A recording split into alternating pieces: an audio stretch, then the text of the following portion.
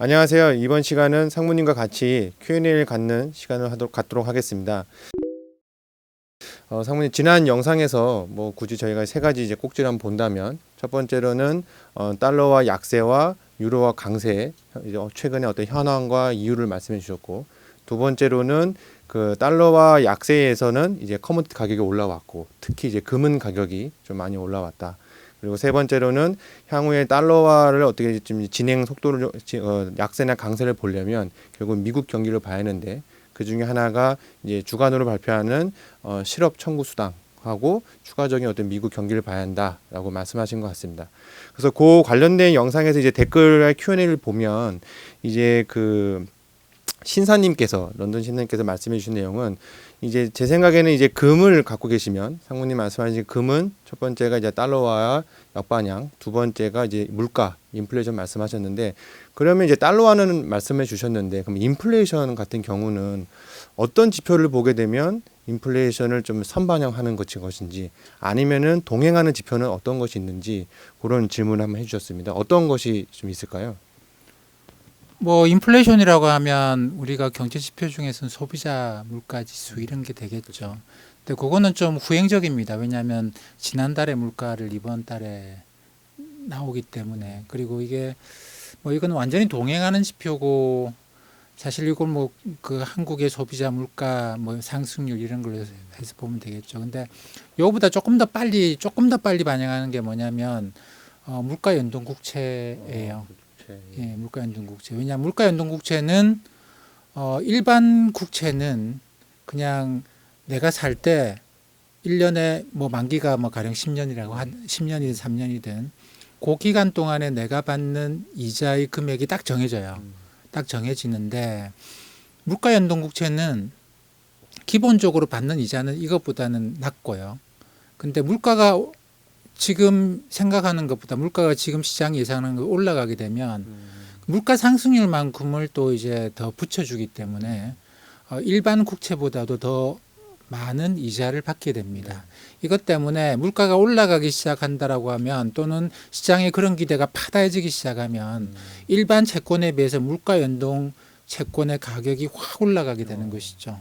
이게 일반적으로 나타나고, 근데 앞으로 물가가 떨어질 것 같다 싶으면 예, 그렇죠. 일반 국채보다 이 물가 연동 국채 가격이 훅 떨어지고 이런 패턴을 보입니다. 그래서 이게 물가 상승의 가장 초기 단계에서 시장의 기대를 가장 잘 반영하는 거라 볼 수 있고, 그거보다 더 빨리 나타나는 거는 이게 공급이 제한적인 귀금속 가격이죠. 가격이고, 그다음에 또는 뭐 철강석 이런 건 조금 더 물가 연동 국채보다 조금 더 빨리 움직이는 그런 것이 되겠네요. 철강석, 구리.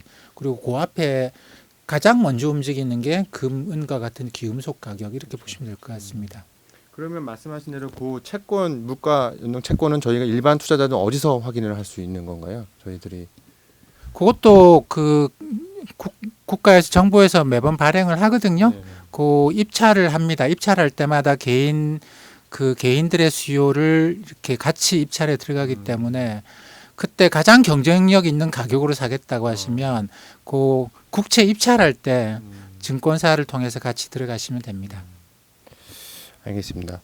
그리고 두 번째 이제 라이딩 K님께서 말씀하신 내용인데요, 질문하신 내용인데, 이분은 이제 저희가 금, 은을 얘기하다 보니까 최근에 저도 어제 이제 금 가격을 확인해 보니 지금 온스당 거의 한 1930달러까지 올라왔더라고요. 그래서 아무래도 금 가격이 계속 이렇게 많이 올라오게 되면 뭐 달러 이제 패권도 좀 위협을 받을 수가 있고, 그리고 또 중국은 계속 금을 산다는 어떤 뉴스도 나오게 되고, 그러다 보니까 연준이 금 가격을 좀 일부러 누르는 것이 아니냐, 이게 소식을 보면은 어떤 금 선물 증거금을 좀 올리기도 하고, 그 다음에 금 선물을 대량 매도했다, 또 그런 것이 있는데, 그럼 연준이 이렇게 하는 것이 과연 정말 금 가격을 누르려고 좀 하는 것인지, 어떤 달러 패권의 위협을 받기 때문에, 아니면은 연준이 이렇게 하는 행동에 대해서 어떤 그 뭐 배경이나 그런 것은 어떤 것이 있는지 그런 질문하셨습니다. 상무님 어떻게 보시는지요?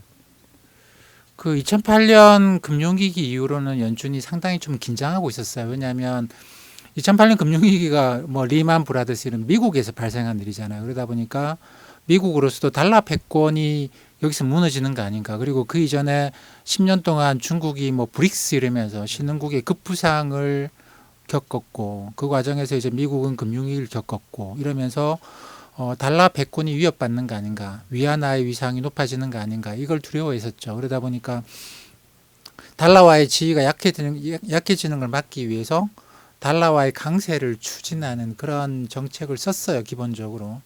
근데 그때는 그러다 보니까 이제 금 가격의 상승을 좀 막으려는 움직임도 있었고, 근데 지금은 그렇지 않다고 생각하라는 게 중국도 지금 금을 사 모을 수 있는 여건이 안 돼요.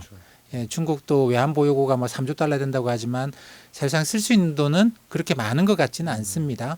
거기다 미국이 이번에 문제가 뭐 미국에서 문제가 생긴 게 아니기 때문에 미국으로서는 달러 패권이 위태롭다고 생각하지 않아요. 다만 뭐 그것도 한번 말씀드리긴 해야 되는데 중국이 중앙은행이 발행하는 디지털 화폐 뭐 이걸 CBDC라고 표현하는데 이걸 발행을 하면서 달러의 패권에 도전하려고 한다. 이것 때문에 지금 미국도 디지털 화폐를 발행하겠다. 네. 빨리 서두르자. 이런 움직임이 일어나고 있습니다. 근데 최근에는 이제 금에 대해서는 뭐 중국이든 뭐 미국이든 자국 통화 가치를 금에 대해서 값어치를 지키고 싶어 하는 생각은 이제는 없어요. 중국도 미국의 달러 패권에 대해서 도전을 하려고 하더라도 네.